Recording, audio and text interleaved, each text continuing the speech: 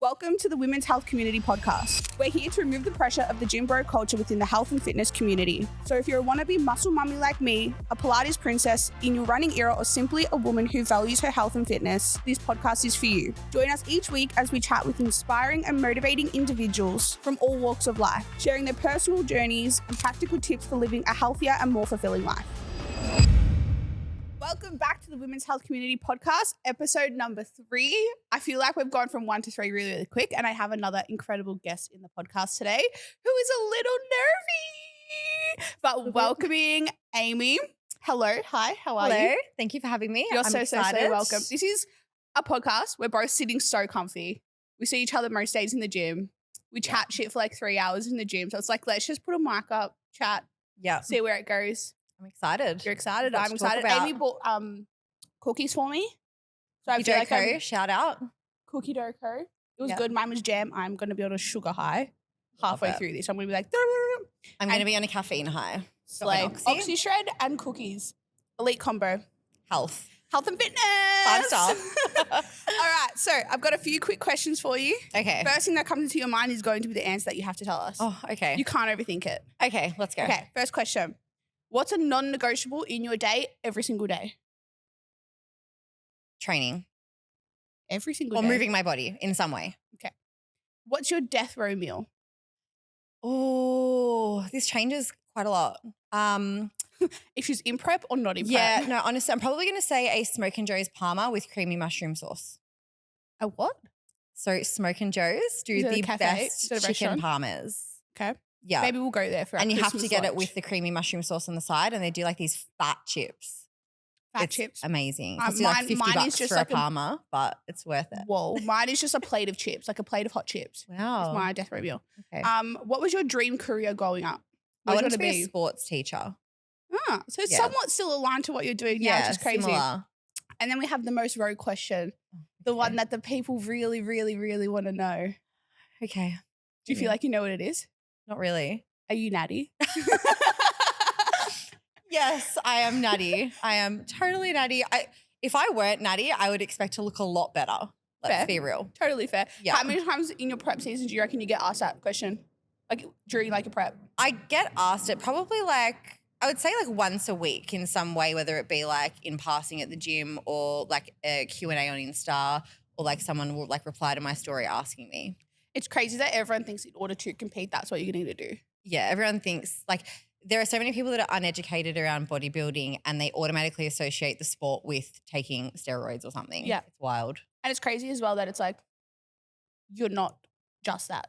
No. There's a whole other world, whole other side to There's you a that we're going to get whole other into. side, absolutely. So for the people who don't know you, the people who don't follow you on Instagram, give us a little bit about you, what you do for work, a little bit about your background and all that sort of stuff, even with competing as well.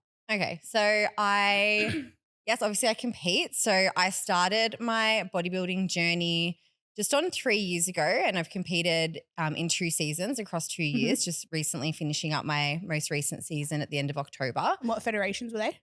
So I competed in all of the natural federations last year. So like the main 3, ICN, NBA, A and B. And then this year I just decided to pursue NBA and dip my toe into IFBB, which was really exciting. So yeah, bodybuilding for 3 years now. And then I am an online coach. So mainly working with lifestyle clients, but also recently started working with comp prep clients, which is something that I'm super passionate about. And my partner Alex and I also own a group fitness gym in Airport West called 21.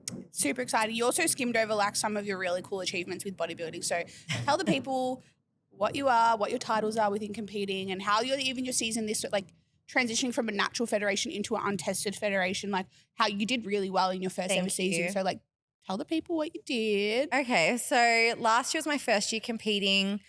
And I won 3 pro cards in all 3 of the natural feds, which was pretty epic. And then, and if people are questioning whether you're natty or not, you get tested, right? You get tested. Like you have to pee in a cup. Yeah, as soon as you like win or place in like the top 3, you'll get tested. So you get urine tested.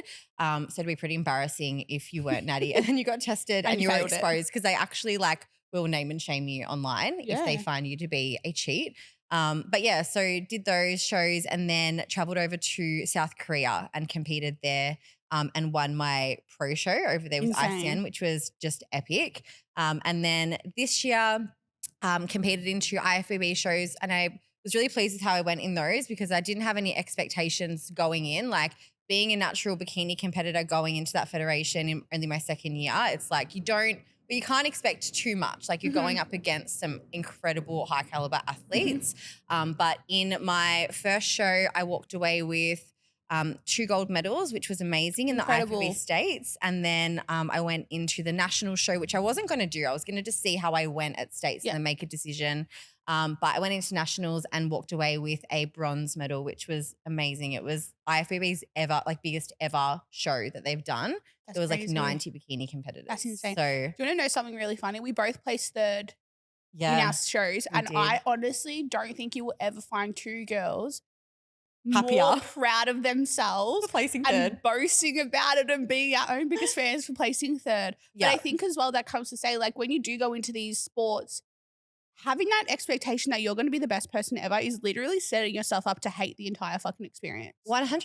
And like, obviously we want to win, right? Like You want to do well. It would be a lie if I said I didn't want to win, but you have to be realistic with the expectations that you set, especially depending on what competition it is that you're going into. So for me to expect to take out gold in all of my categories, I would just be setting myself up for, disappointment, right? So that's why it is such a big deal to even place third in the shows that we've done. Like that is a huge achievement. And I think that unless you've gone through a comp prep and you've experienced that, like people won't understand. It's funny because Alex always says, if you're not first, you're last. And I know that he's like taking the piss when he says that and he just tries to roll me up. But like I couldn't have been prouder of walking away from nationals with a medal. So here's our similarities already. We both placed third.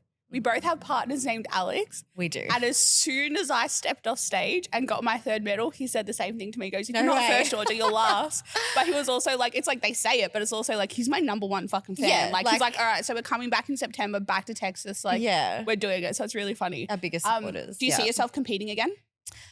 I definitely want to compete again. I'm at a point in my life at the moment where I'm feeling as though I'm restricted by time and my age, which is just so silly because I feel like I'm only 29. I turn 30 next year, but obviously there's this kind of like societal norm that gets pushed on you where, like you're not even 30. You're approaching your 30s and you've not had a kid yet and, you don't own a house and all of those kinds of things. But it's like I've got so much more that I want to pursue, before doing that. But obviously, as a woman, hormonally, we don't have all of the time in the world and having a family is a big priority to me, but also is travel and growing our businesses and things like that. So it's not on the cards for the immediate future, but it's a never say never. It's definitely something that I want to do again if like the time works out.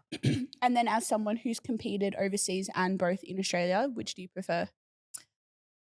They're just such different experiences.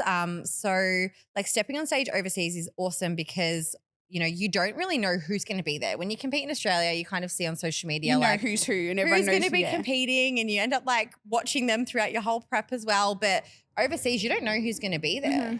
So I think that like unknown is really exciting. Yeah. But also competing in Australia when you get to have like your support system all 100%. Around you is like unbeatable. So I'd probably say in Australia. Yeah. Oh, really? Yeah. Like that just like having that support and like seeing your closest people there in the crowd, like cheering you on, calling out your name, like that probably tops it all for me. Really? Yeah. I would actually be the opposite. Really? I would be overseas. So it was just me and Alex. Yeah. And like when I say to you, the entire vibe was just different and better and more supportive. And I just felt feel less pressure because it is just you and No, Alex? I actually felt a lot more pressure because everyone knew me as like the Aussie girl. Yeah. Like I was the only international. I was the first Australian female to ever do the show. Wow. Yeah. Like there had never been another one. And I'm going to be the first Aussie ever, regardless of gender, to do the championship show. That's wild. Wow. So there's pressure in that sense, but I also felt a lot more support from people who had no clue who I was. Yeah. And I think as well in Australia, we're so bad at like fake supporting people. Oh, yeah. And this leads me into literally my like first question for you, but it's just like I feel like Australia, and I hate the saying and it's tall poppy syndrome, but I feel like people just throw this around all the time, but it's not until you leave and you see it or you're surrounded by people who are potentially so further from that. Like I definitely want my people to Yeah. do well. I want to do well. We're both female coaches. Yeah. We're both coaching the same demographic. Yeah. We both can sit here at this couch, have a conversation. You can tell me what you're doing with your business. I can tell you what I'm doing with my Yeah. business. Like, fuck, let's like both do it together. 100%. And I think in America, especially, they know how big and how many people there are that they just want everyone to do well. Yeah. Like, I had judges coming up to me. I had people going to the Olympia coming up to me being like, you were the best coach of the day. Wow. Like, an Olympian athlete came up to me and said this, and I was like, like, That's got a little amazing. giddy, like, Yeah. and I just felt everyone there was so supportive. But here, like, my first show, traumatic. Yeah, like, I had right. a coach who I had known, who had in the past coached me, looked me up and down, and he said to his athlete, "Don't worry, you've got this." Like, brother, I will literally egg your car Yeah. if you ever look at me again and do that. But it's just like, Yeah. what do you mean? Like, there's so much more to the world than competing. And Absolutely. I feel like Australia's just such a small competing community and everyone thinks they're the fucking shit. And it's just. It is. Yeah. Between that and the online coaching industry and like the crossover between that, there are a lot of icks and there are a lot of people that think that they're eating a bit when they're not. And just I think unfortunately what happens is over social media within the industry as well, you only see one side of someone and that is like their highlight reel or how they want to be 100%, perceived, yep. Which can be really frustrating because obviously a big part of the job that we do like is, you know, obviously we're working for ourselves, our own business. It's on us to market ourselves, 100%. who we are, our business, what we're all about, the best that we can. And, you know, sometimes there can be people that are really good at that, but it's just not actually a true reflection of what they're about. And then you end up having people that are coached by coaches like the one that you mentioned at your show who sort of looked you up and down and said that, like, that's not how a coach should behave or how they should. That's not how a human should behave, like a decent human. Yeah. So there's a lot of people that I think are perceived to be something that they're not. And it's unfortunate because, you know, especially for us as women's coaches who are trying to, you know, build up people's confidence and trust and all of that kind of thing, just to be sort of taught by someone that's not really truthful in what they're about and like they're impressionable young girls that we're working with as well. 100%. And it's like, imagine us being like, okay, like we're trying to make you love your reflection, but here we are fucking tearing every other woman down. Yeah. For just trying to do that something different rather than like actually supporting her and empowering her. So yeah, I know my circle is very small. Like Same. I can count on Same. I can count on one hand like the amount of people I would go to and like for advice or anything. But do you feel like you've had many experiences? I mean, we're not naming names, we're not like doing any of that, we're not hating on people or whatever. But have you had many experiences where you have had women like have those like more jealousy moments rather than the supportive moments? Because I know now you're doing some incredible fucking things. Like you own a gym, you own a studio with your partner, like you do all these incredible things. So it's like I feel like you would have it a lot more than me, who's like pretty much just like my own human being, just one gal. Yeah, I think it's interesting. Like I've never really been someone that's had a huge group of friends. Like I used to always envy girls that had that would go on like these girls' weekends away and there's like 15 of them. And I'm like, sit at home crying like, I got no one. Yeah, I'm like, how do you even like maintain that? You know, like it's crazy. And then, you know, something that I've learned over the years is obviously like quality over quantity any day of the week 100%. When it comes to friends. And prep was something for me that really opened my eyes to that because obviously when you're in a prep, you can't do the things that you ordinarily would do. So naturally friends do just drop off because you have to be quite selective about where you can spend your time and your energy. So that for me was like a big eye opener. And, you know, I think that as you become, I mean, look, I don't have everything together. Like there is a lot of shit that I need to work on and work through. But when you do become, you know, successful in whatever it is that you're doing, whether that be for me bodybuilding or, you know, launching a successful online business, like whatever that is, there are going to be people that come along the way who will try to pretend that they're your friend and they don't always have the best of intentions. And I think that that's something that I've realized a lot is that, yeah, people will unfortunately try to use and abuse and it's not the best feeling ever, but it's honestly something that I've just become so like, I don't even give my energy to that because at the end of the day, you know, I've got too many things going on to be worrying about what that person thinks of me or how they might interpret the moves that I'm making and what I'm doing.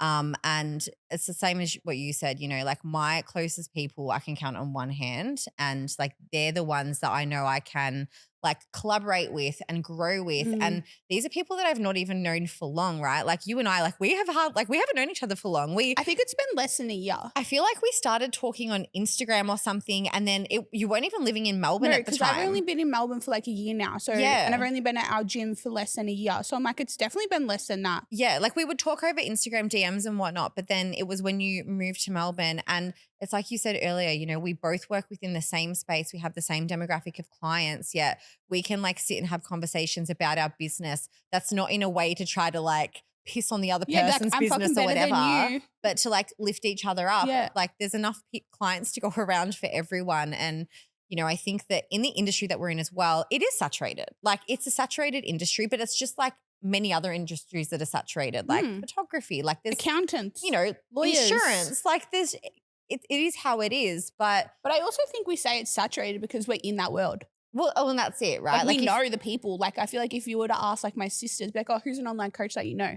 They would probably say me and like my two friends that they know that are also coaches, and that's where it ends. It's so true. It's like, look at how many hairdressers there are, right? Like they're like, it's crazy. But I think because of the kind of work that we do and the online space, like I mentioned before, you know, it can come to a point where it's a lot of the same shit, right?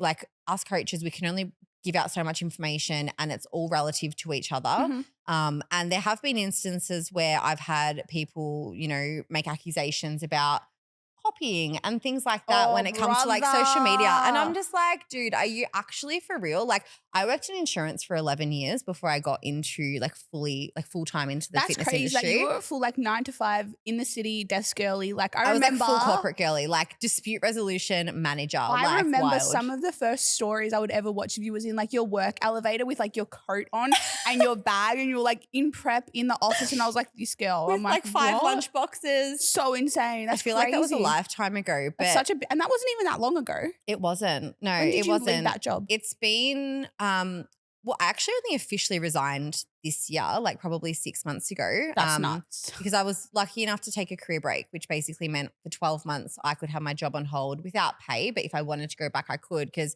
it'd be silly to go full-time into my own business without that security behind me. So yeah, I was lucky enough to do that. So it's been about a year and a half since I've been there. That's crazy. But yeah, like in the insurance industry, it's the same thing, right? Like all of the different insurers out there are all putting out the same ads about how you can save on your car insurance and all this kind of shit. And it's the same with online coaching, right? So yeah, that was definitely very eye-opening to me. And it was something that used to bother me quite a bit, like where there would be an accusation by a friend that I had copied something of theirs. And I was just like, hang on a minute. So I feel like when I've actually been able to develop these friendships, like with yourself and, you know, like Maddie, who's a good friend of ours, like we're so uplifting and supportive of one another despite doing the same thing. And at first that was something that I was, not going to lie, a bit weary of, because I was like, what do you mean these people actually want to support me and help me and that I can do the same? Because you just don't feel like when you've had prior experiences that differed to that, I was like, whoa, but it's a really good feeling to have that support because again, we're doing it on our own. We're running our own businesses. We work by ourselves. Everything we do is just us. Solo. And you need to have someone that you can 100%. talk to about this shit. Like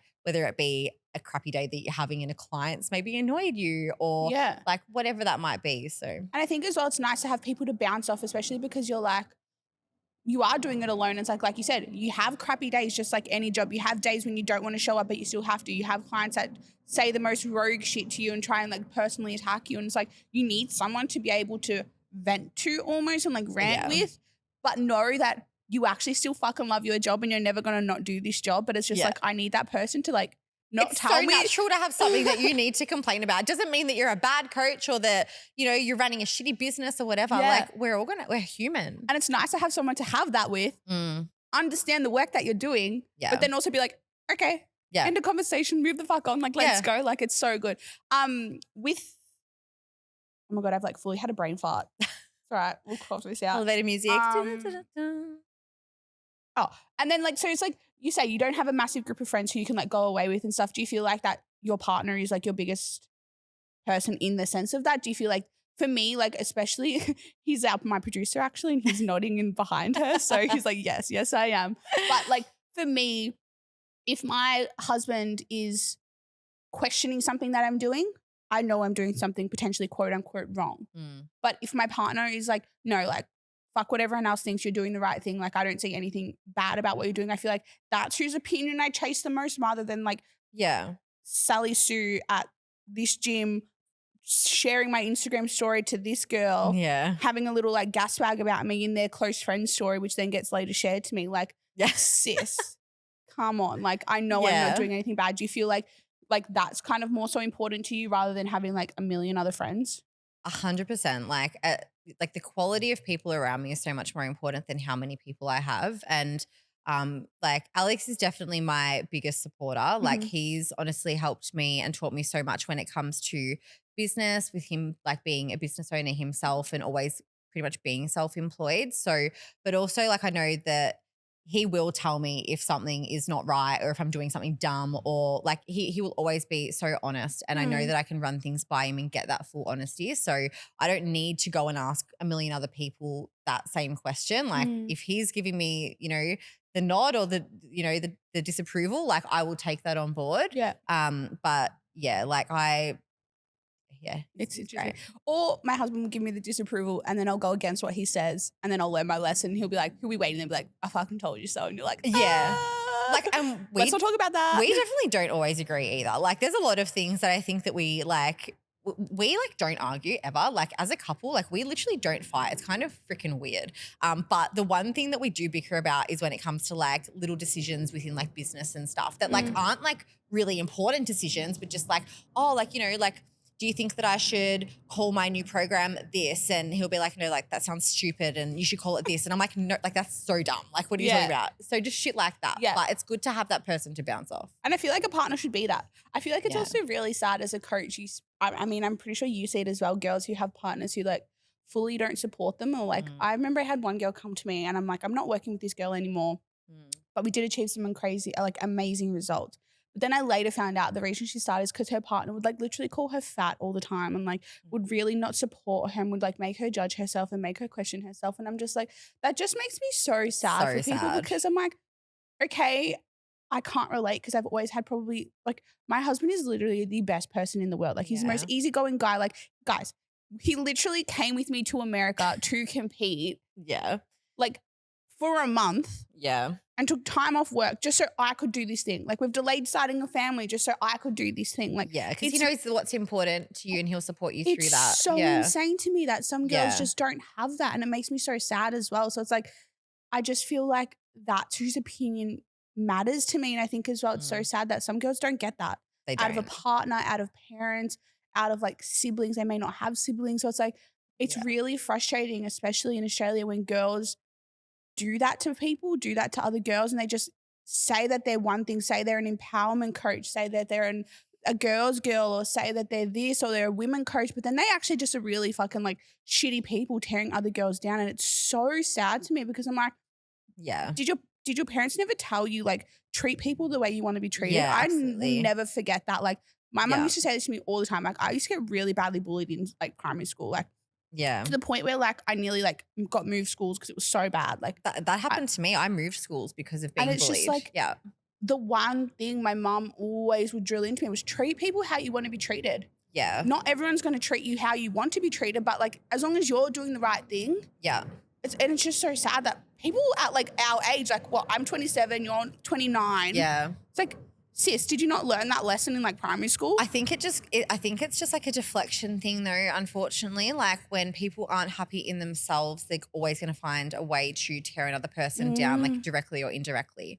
So, you know, whether that be like a friend that's pretending to be a friend, but really like they're just like gaslighting you and or they're doing it behind your back. Like it's just, it says so much about that person and I think their own insecurities and their own feelings toward themselves. And like, don't get me wrong, I've not always been perfect. Like you know, like you go through high school, there's all the drama, whatever, but like it is high school drama and then you eventually grow out of that. And you become an adult and you become a woman and you become a person who has a sound fucking mind. And when you like, I think it's, you know, like when you start to actually discover and realize who it is that you are as a person, like what your values are, your qualities, what you bring to the table in a friendship and a relationship, like if you're that happy within yourself, you're not going to worry about what anyone else is doing to have an opinion about the way that they look, the way that they post online. Like that's just absolutely a reflection of them. And just, and it's again, like what I said earlier, it's just unfortunate that there are people out there who are working with like young, impressionable women. And I just really hope for their sake that they are providing them with a decent enough service that's not going to leave that person feeling worse off than when they started because they needed that help from someone that they looked up to. Yeah. I was actually speaking to another coach, Sharma from Adelaide, about this, I think like 2 days ago. And we're just like, it's insane to me that there are coaches out there working with 100+ girls who, It's like, are you using AI for your check-ins? What but are you doing? not even that, who I cannot believe some of the things that I've seen from these coaches where they're just like calling people out in their close friends. I had someone call me out in my close friends with photos and all of these things that got sent to me that I then sent back to this coach and being like, this is really disappointing. That coach now works with 100+ women, has 3 coaches under her, but also is just like, that is such a, I don't want to say a fake thing because it could have just been a one mistake that this girl made. She did apologize, whatever. Yeah. But it's also like the genuine girls are there, and it's so frustrating that like that these people can put on this fake mask and it's like it's almost rewarded, but it's like you're not a nice person. And to me, personality matters so much more than how your business is looking. I would rather have the business that I have, not be the busiest coach, not be the most successful coach financially, but have a really fucking sound system of clients who are really good people, who I care about, who value me, and I know that I'm a good person at the end of the day. And it just goes to show as well, like when you actually can have a business that is about your community that you're working with, like that's what the most important thing is. Like is having a community behind you. And anyone who's out there perhaps not being, their 100% authentic self as a coach, eventually people do see right through that and the retention's just not going to be there either. Yeah. Those people are eventually going to go and look for someone else where they can feel that community, have that real authentic support because eventually people will see right through you. 100%. It's just wild to me. It's wild. And I think as well, we're not the only 2 coaches, one who see it and who feel it, but like I'm having coaches in different states that are like Queensland, Adelaide, like it's insane. So it's definitely not just us. Definitely We're not. definitely not the minority here. And I can guarantee that there'll be people listening to this who are also like, yeah, I totally fucking get it. And I've seen it and I've experienced it. Yeah. And it's a really sad thing. So it's like, it's a whole kettle of fish that we could probably rant on this for we probably could. I mean, and it's something that used to really like piss me off, but I was just like, you know what, like just don't even worry about what those people are doing. Stay in your lane, focus on like your clients, like trying to be the best coach, mentor, inspiration that you can, and just let them do them. Do them. Unfollow and block. Yeah, see ya. Okay, so coming back into coaching a little bit, like what are the biggest pressures and the struggles that you feel as a coach who one needs to market yourself? This is kind of coming into that whole, I've been the fucking highlight of this debacle for so many times, is your body is your business card. Yeah. This quote. Yeah. I get it. Yeah. Also fucking hate it.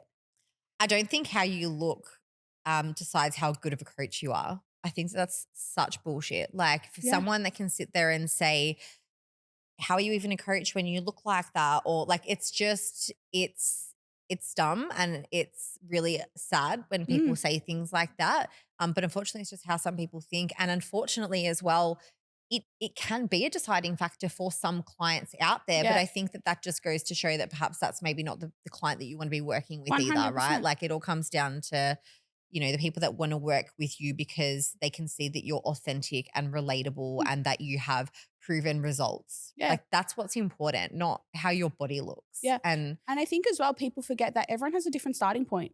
Absolutely. I'm sitting probably like 15 kilos, 20 kilos heavier than you are. Yeah. I don't really know your weight. I don't need to know your weight. Yeah. But it's like I'm also sitting 40 kilos less than my heaviest weight. Exactly. Like, yeah. Which is amazing, healthy. right? Like people, you being able to show your journey and your transformation and everything that you've done to get to where you are, like that would be such inspiration to all of the girls that you are marketing yourself to and 100%. That you're coaching, right? 100%. They don't care about how you look or how shredded you are.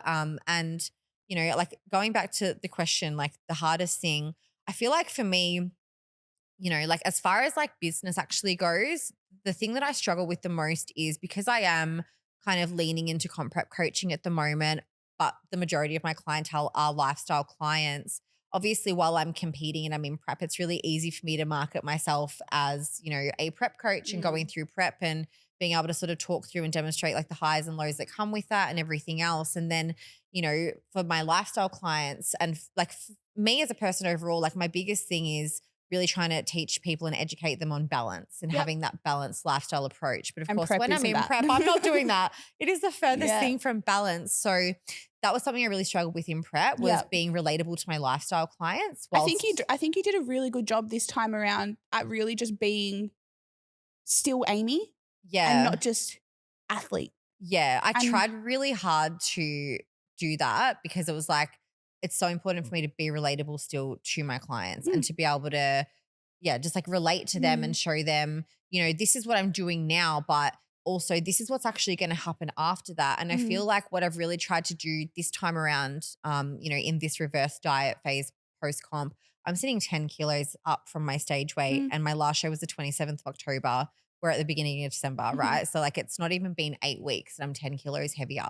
And I've been, educating my clients on why that's important. Yeah. And, it's funny because there are clients that like had started coaching with me while I was in prep and I was looking like super shredded. Like I get very, very lean, right? And it looks hence the are you natty crazy. question. Yeah. Like people automatically see like vascularity and they're like, you're using steroids. And it's like, no. But yeah, like, so I had this client join with me while I was in prep and definitely someone who has a lot of insecurities and was something that we were constantly working on together to help her build her confidence. But she once sent me a photo of how like I was in prep and I was like only a couple of weeks out for my show. And she was like, I want to look like this, like your legs don't touch when you stand a certain way and all of this kind of thing. And I was like, hang on a minute. My legs actually do touch when I'm at my normal weight. Like, and that's okay. And I went back and I showed her a photo from just before I'd started prep of how I ordinarily look and that's,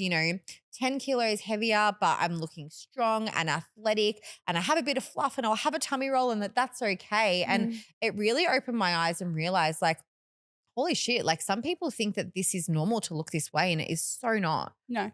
So it's been a really important thing for me, like last year as well, but just as you go through that reverse diet, like really educating people on why it's important to not look like that year round and actually like giving them some real authentic insight as to how garbage you actually feel when you do look like that. If I was in prep, I couldn't sit here and have this conversation with you right now. I would be like tweeting off with the fairies and I have never felt less like myself than I am at like, I think it's like 4 weeks out every single time.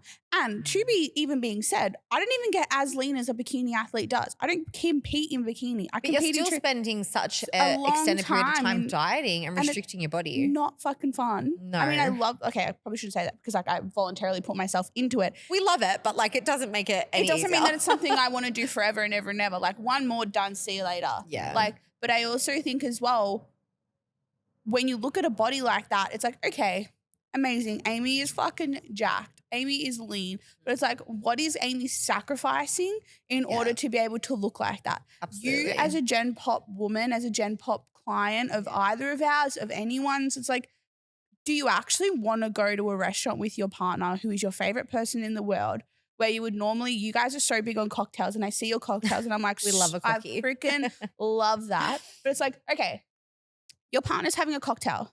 You're having a Coke Zero. Your partner's having a Parma, your favorite meal, your Parma with mushroom sauce.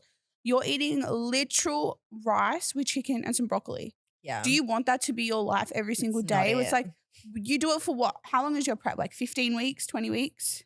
It was 7 months this time around. So however many weeks that is. I don't even know. I can't math. Yeah. But it's like for 7 months out of 12 months of a year, do you want to be doing that? Or would you rather be working towards having this balanced approach, which is what we both really push with our clients to be able to go to the restaurant, have the cocktail, have the Parma, and actually potentially have a little bit of extra weight on you. Yeah, like that's so much more my preference. Like as you know, comp prep is great, and you know, I love it, right? Like I love seeing my body change and really just going through like that sacrifice and seeing how disciplined I can be, and it's a really eye-opening thing to go through. But you at learn the same a lot time, about yourself. I will put that out there. You learn a lot about yourself, but you know, like Alex and I have been together for just over 3 years. And in that 3 years, I've spent 1 whole year in comp prep. Like between both of my preps going for 6-7 months, it's been like 12, 13 months total of our That's insane. relationship that I've been in prep, that I've not been able to go out for dinner with him, like go have a date night. Like it's just, there's a lot of sacrifice that comes with that. And it's something that's really interesting when you're coaching a lifestyle versus a comp prep client as well, because you'll get a lifestyle client who, you know, I very much try to take a sustainable approach with weight loss and try to, you know, like take a longer approach so that they can still have that flexibility and go to social events and whatnot. But as soon as you get someone that's like, no, like I've got a strict time frame because maybe I'm getting married or whatever, and it's like, okay, this is what we're going to do and this is what it's going to take. They can't do that, yet they want to look a certain way, or they look at like a bodybuilder or someone on stage and be like, oh my God, I want to look like that. But it's like, you can't even stick to a calorie deficit for 8 weeks. You can't even hit your steps every day. You can't even hit your steps every day, but you're sitting there like talking about how badly you want to, you know, it comes to that whole thing as well. It's like you're sitting there complaining about the thing that you're not working towards. And I feel like that's a really big thing, a big trend on Instagram at the moment. I mean, I've definitely posted about it, but it's like you're sitting here comparing yourself to my 55 kilo transformation from my heaviest or to on stage. Yeah. You're wanting that. Yeah. But you also are forgetting to look at every other factor in between, from getting from A to B to be able to be that. Yeah. But it's like you want to be looking a certain way by X date. Yeah. But you're not going to go and put in that 1% extra work every single day to be the better person. So it's just like, you also need to call yourself out on your shit sometimes. It's like, you want to be an athlete. You want to be treated like, you want to look like an athlete. You don't even want to be the athlete. You want to look like the athlete. But it's like, what are you doing to get there? It's wild. And like as a coach, you can only provide someone with so much support and give them the tools that they need. But if they're not going to get off their ass and do the thing, they're not going to make any progress. And like you asked a question before about like the hardest thing of being a coach and like, I feel like that was like 25 minutes ago. Yeah, it was ages ago. And I think I went off on a tangent. That's No, just like so like me. My poor clients, they get the tangents in their like voice recordings and stuff. But yeah, you know, I've just completely lost my train of thought.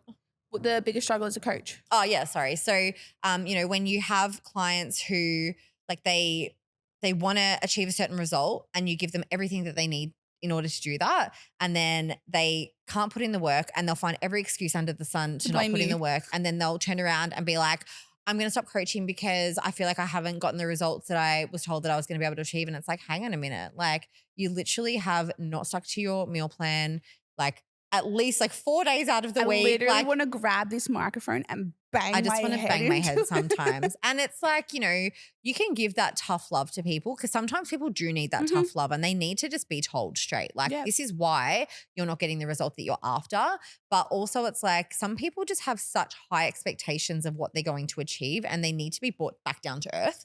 Yeah, to realize that to get there, you can get there. Anyone can achieve fucking anything that they want to achieve. Yeah. People are just too scared to make the change. Like it, and you know, we both like experience this now. Like it is a lifestyle, right? Like if you want to, you can lose weight, but it's like, you don't then just like lose weight. And then it's like, cool, hated the gym, hated doing all of that. So I'm just going to go back to my old ways. Like, no, because then you're just going to go back to exactly how you were.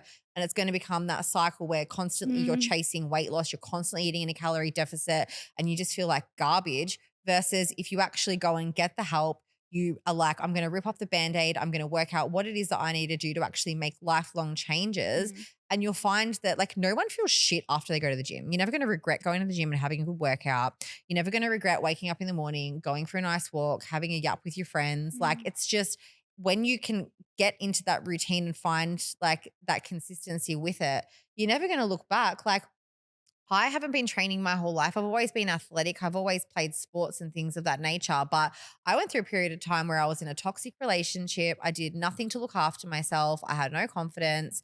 I relied so much on my ex-partner and what was he doing, what were their friends doing and all of the rest of it. And I was in that rut that so many girls that I have consult calls with now are in as well.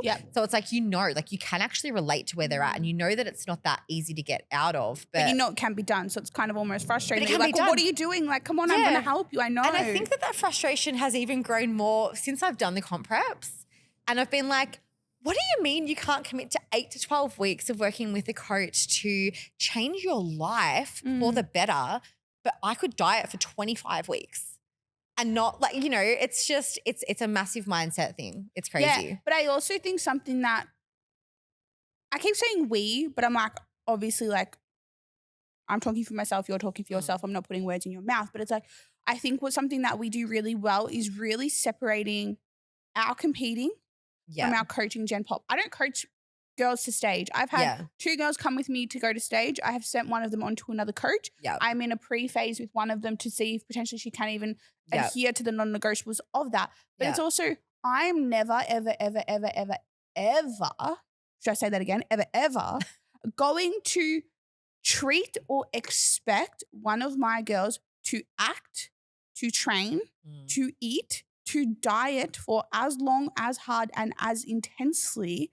as I have for my shows, which is my goal, which is not their goal, and Yeah. expect them to replicate what I replicate. Absolutely. However, I do expect them to have that care factor for themselves as much as I have that care factor for myself. Yeah. And Like, that's where you just want to grab them and shake them and be like, you could achieve so literally. much and you could be in such a different place if you just committed yourself to doing the thing for you. It's Yeah. not for anyone else. And it's, you know, it's not like you said before about like girls who like start coaching and stuff because their partner thinks that they're overweight and all of the rest of it. Like you're never going to get far if you're doing something because someone else wants you to do it. 100%. And I think as well, like, I'm very, very lucky. Like, I've had a lot of my clients going on, like, I think I just celebrated 3 years with 2 girls, 4 years with another Wow. girl. Like, I've had some clients for really long times, and I'm obsessed with my girls, and I'm really lucky that I coach a really motivated group of women, and I am able to kind of really early break through the barrier of like, this is what the expectation is. Yeah. I've lost the weight. You're where I was. I know that you can do it. I know that it can be done, and this is what needs to be done.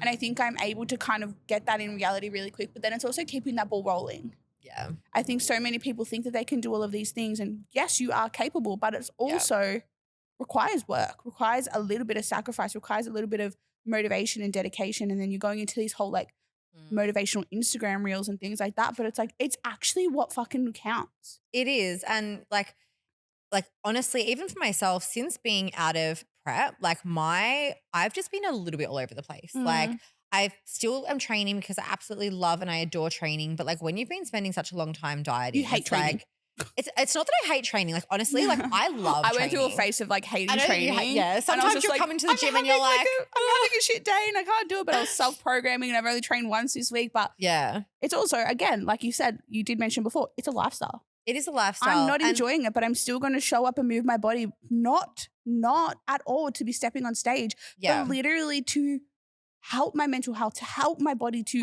be a part of my lifestyle. Imagine I didn't train for that long. I would go crazy. I would literally die. Like I would die. You know, like, and it's like, it doesn't mean that you're going to be 100% all of the time. Like you're not going to be 100% on all of the time. Like I'm still training at the moment 5 days a week. I couldn't tell you the last time that I hit like a 10K step goal consistently a couple of days in a row. Yeah. I haven't been consistently tracking my macros. And if I'm being completely honest, I haven't done a check-in with my coach for like the last 2 weeks because I'm just like, I just like mentally need a minute to like have a break. And that's okay for me to do that. But I think some pressure that I feel as well is because I have gone from having such discipline and such motivation and whatever to go through a prep. And now that I'm not like that, I kind of feel like I'm doing something wrong. And it's the wildest feeling because it's more so because I know that I've got these girls that are looking up to me in some kind of way, whether that be my coaching clients, like a lot of first-time bikini competitors that look up to me. And like, that's amazing. And I'm so grateful that I provide that inspiration to them, but it also gives a lot of pressure for me to feel like I need to be on all of the time. Yep. And that's like something that I'm really working on at the moment is knowing like that it's okay that I'm not. Like I can't be 110% all of the time. Yeah. And I also think it's like, then it comes back to it's like, you're also just a 29-year-old. Yeah. Doing life. I'm not a robot. Like you're going to have shit going on behind the scenes, outside of work, outside of business that also you need to manage. Yeah. Like, to be fair, you haven't even put a Christmas tree up. Haven't even put my Christmas tree up. It's December 5th. Mine was up November 1st. But it's like, there's things going on as well that like you said, you understand that that's not going to be at the front of your mind the whole time. And I think as well, you as a coach makes you a better coach because you're also an understanding human being. Yeah, like life happens. Yeah. Things get busy and, you know, it's like sometimes I wish that I took on my own advice a little bit more because I can give out a lot of really great advice to my girls that I work with. But then it's like also I'm sitting here feeling super burnt out coming into December, just like being pulled in many different directions, doing a million different things. And I wouldn't want to change that for the world because I'm doing all of these things that I love. And like, there's no way that I was going to pass up an opportunity to sit and talk shit with you for an hour. Do you know what I mean? But it's like when you're doing so much, you have to remember to, like remember the advice that you'd give to someone else if they were telling you that they were going through that, and like make sure that you're just like trying to slow down. But I think that at this time of the year as well, like everyone's feeling it. Like everyone burnt I've out. spoken to is like, I'm just so excited to switch my phone off, switch my laptop off. I'm like taking 2 weeks off over the New Year break, like 10 days. Wow. You feel bad. I'm like, it's the second year I've done it. And I'm like, it is literally the best 2 weeks of my life when no one can contact me. No one can reach me. And it's like, I need it. Yeah. Like, and it's like after the year we've both had crazy huge years. It's just like, we need it. It's been a big year. A big year. What would you say is the biggest thing? I want to say outside of competing. Because I feel like competing, okay, we've both done amazing things within that. I think like probably the most obvious thing that's been really big this year is Alex and I buying a gym together. Like that was. Yep. Do I need to say that again? No, it's fine. Buying a gym together was massive and it all happened like super quickly, and literally I was in America. Not in the best timing. And I was like, hold on. I'm seeing a post of Amy on Alex's shoulders. We bought a gym. And I was like, what? The actual, and I messaged her. I'm like, hold on. Did you buy a gym or like, are you like working it? I'm like, I'm so fucking confused. So many people were like, the amount of shares on that post when it went up. People were like, what the fuck? People were like, what the hell? Because I was like deep in prep, like just, you know, Alex had like not long had the studio. Like there was just a lot going on, but like a really good opportunity presented itself and we'd be mad not to take it. So, you know, like that was definitely the biggest thing. Like going into business with my partner, like was, I mean, we've always worked really well alongside each other. Yeah. It's crazy that you've only been together for 3 years though. We've been together for 3 years, but it feels like so much longer. I like look I at feel you like guys and I'm like, you guys are like 10 years in. We've been through like so many different life changes and like growth. Like there's been a lot of growth, I think, between both of us as well. Like having done different things, like gone through different situations. Yeah. Like, and you've lived a lot of life. Yeah. But we've both grown a lot together as well. Yeah. Like it's pretty crazy. It definitely feels like 10 years. So when's the ring coming? I asked Alex this the other day. I literally sat down with him before we started filming this podcast, I think like 2 days ago. And I was like, so are you proposing anytime soon? I mean, like we go to Europe next year, so perfect opportunity. He's definitely got like a lot of DMs in his Instagram with like photos of rings and stuff. So. He definitely edits his podcast so he'll know exactly what you're thinking. And he's also sitting right behind you so he knows exactly what you're thinking. So it's like let's hope soon. I mean, look, like that's not everything to me. So I'm not like too concerned about it, but like I definitely do want to get engaged. Can I come to your wedding? Absolutely. Thank you so much. Absolutely. I love a wedding. I want to be engaged for at least a couple of years before I get married though. I want to enjoy that. How long was I engaged for? I think I was engaged a year. So not even that. Oh, a bit longer maybe. I don't even know. What year did I get married? 2023, engaged in 2021. It's 2 years. Wow. That's crazy. No, 2022 engaged, 2023 married. Yeah. I'm married for 2 years soon. Yeah. Insane. It's funny because I've got like so many friends who are like engaged or getting married soon or have just gotten married or are having kids and like this whole other life. And then there's just me like, got another business. Like, your business are your babies. But you know what though, to be fair, like as soon as I got married, like I would say my biggest win for this year would be like being okay with not living up to people's expectations of me. I love that. Yeah. And I think getting married, I want to say quite young. I was married at 26. Yeah, wow. Like all three of my sisters. It's a really weird thing that we all have. We all got married at 26, which is quite young. Yeah. Like these days it is. My husband's young, 30. So it's like, it's really, people thought that we were going to be falling pregnant. People thought I'd be pregnant now. Like this Christmas, you know how like people do those really wholesome like, Merry Christmas, we're having a baby. Like people thought that was going to be me. Cue like the babies and the engagement rings. Oh, they're coming. And I low-key am for it. Absolutely. I wouldn't be mad about a Christmas Day engagement. I love just seeing people's reels when they do it, like the ultrasound in the box, but people thought that's what we were going to be doing. Yeah. And it's like at every family event, it's like I was almost felt forced to have a sip of alcohol to prove that I wasn't pregnant. So I think my win this year would definitely be like being okay with living on my own timeline and not feeling the pressure to like actually live to please others. I love that. It's like my husband and I know our plan. We know what we want to do. We know that we have like 3 holidays that we really want to go on next year, and then that's our priority, and kids are gonna happen. Like being a mum is my number one goal in life, and I think we're so sure that it's going to happen. Yeah. but it's like when we're ready. Absolutely. Yeah. Yeah. What are your like top goals for next year? Go Oh my delusional. Do you have any like goodness. crazy delusional ones I besides don't, Alex proposing in Europe? I don't have any like really delusional goals, to be honest. Like I think that I can be really hard on myself sometimes where I feel like I'm like really stagnant or I'm not doing enough. And it's just like so stupid because like if I look back on my year this year, like It's been insane. I've accomplished a lot. But next year I just really want to like my biggest goal is just business. Like I Yep. just really want to like continue focusing on Exhilarate, growing 21, you know, and just being able to give my absolute all to that with like full mental capacity, like Yep. Which no means no preps in the competing, picture. yep. Yeah. And honestly, like I think that I just want to really like focus so much more on making like my relationships, my friendships, and like my family a priority because as I said before, like I'm always doing so much and like those things are like the most important things to me, like my family, my partner, my friends. And, you know, when I look back on the year that I've had, as much as it's been amazing and like I've had a lot of wins and I've accomplished a lot and there's a lot that I'm proud of, I'm like, I actually didn't really spend a whole lot of time with my family this year. And like, that's something that bothers me quite a bit. So I think just like being more present with things like that and Yeah, allowing okay. myself to slow down a little bit and enjoy those moments whilst trying to like kick ass in business. Yeah.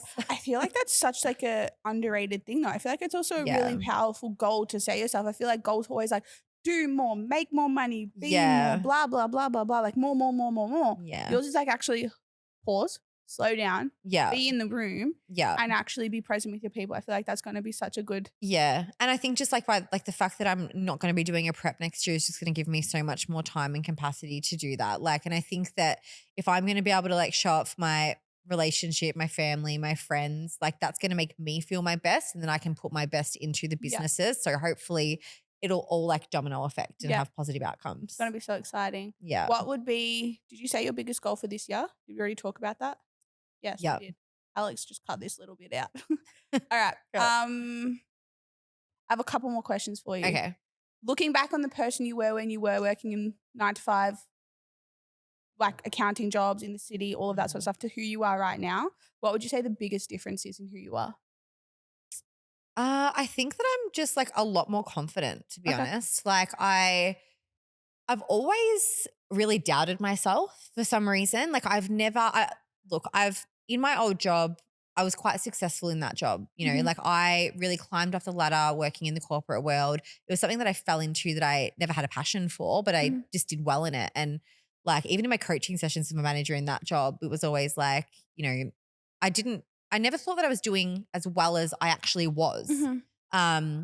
Whereas now I've come to like be kinder to myself almost and just like have that confidence in like, no, like I know what I'm doing and I know that this is going to work or I know that I'm doing this well and just like having that like backing myself. Yeah. I never used to do that. And now I'm like, you know, I think I've demonstrated that I can do hard things. You can do crazy things. Yeah. That's really cool. That. Okay. Final question. Are you ready? Not really. It's not a bad one. I'm sweating. Me, I'm like, if you woke up tomorrow and you were told that you could never, ever compete again, would you be okay with that decision? Yeah, I'd be okay with it. What would you be doing? I would just be living my life. Like I think to be fair, I think maybe if I had competed these last 2 years and I hadn't achieved what I had and maybe I'd come really close to it, but I was like, no, like I'm still chasing that pro card or I'm still chasing at least a gold medal. Like if that were the case, I'd probably be like Devo that I couldn't compete again because I'd be like, oh my God, I was so close, like, you know, but having achieved what I had, like I'm so content with that. So I would not be too bothered by it, but honestly, like I would still just want to really immerse myself in the scene of it. Like I'm so excited next year as well, just to be like working with comp prep clients. So to be coaching it. Yeah, like I've got my first client competing in April next year, which is really exciting. So like if I couldn't compete again, I would just be like making damn sure that I'm still fully immersed in that industry from like a coaching perspective instead. I love that. Yeah. Can't do, coach. That's it. Just like I always needed to like find a way to like just insert myself in the situations, you know, like I'm here. Like I'm here. I'm in it. You know, it's actually really funny that you say that because like when I was sort of getting toward the end of this prep, I'm a very like emotional person. Like I'm actually a crier. I cry a lot. Like Yeah, you were sending me stories of you crying all the time. I was like, sis, are you okay? yeah, it's like, are you like emotionally stable? No, but like every like week when I'd have a meeting with Michael Trimboli, who's my coach, and I like work with him for comp prep coaching as well. And he was asking me about like, what do I want to do next with like my preps and stuff and all the rest of it. And I cried to him because I was like, because I'm like, I'm 30 next year and I feel like I need to be having a baby. And then I just wish that I was like 22 and I wish that I could go back in time and have started this journey earlier. And he's like, man, like there are girls up on that stage, like, absolutely killing it that have like 2-3 kids at home or kids in the crowd, like cheering them on. Yeah. And like, he really brought me back down to earth with that. So like, I would love to compete again one day, like as a mum. Go, mum. And just have my kid in the crowd and they're That just would like be going surreal. wild. Imagine that. That would be so surreal. Definitely can't say I'm doing that Yeah. or ever will be in that phase, but Yeah. I'll be there with your kid screaming for you. Go, Yeah. mum. I love it. And then we'll get a good cocktail after. Absolutely. We had a good cocky after my last show. We didn't did. we? That was probably one of the best cocktails I have ever had. Best pasta I've ever had. So Just picture good. this. Amy's come off stage competing at nationals, got a bronze medal with her. We're absolutely thriving on the car ride. It's me, Amy, her cousin and her auntie literally smashing cocktails, eating so much pasta to the point this poor girl felt sick. So sick. And then just a sick orange girl. And then Yochi after, which was like insane. You're like, do you want to go to Yochi? And I'm like sitting there complaining about just how full I am. My stomach is like hard as a rock. And I'm like, yep, let's go. And you didn't disappoint. No. Probably wouldn't recommend to any competitors out there listening to Don't do that. But like, it's fun in the moment. In the moment, next statement. Yeah. All right. Well, I think we're done. Thank you so much for coming on to the podcast. Thank you for having Hopefully me. we can have you back one day soon. And yes. we'll see you all next time. Thanks, guys. Bye. Bye.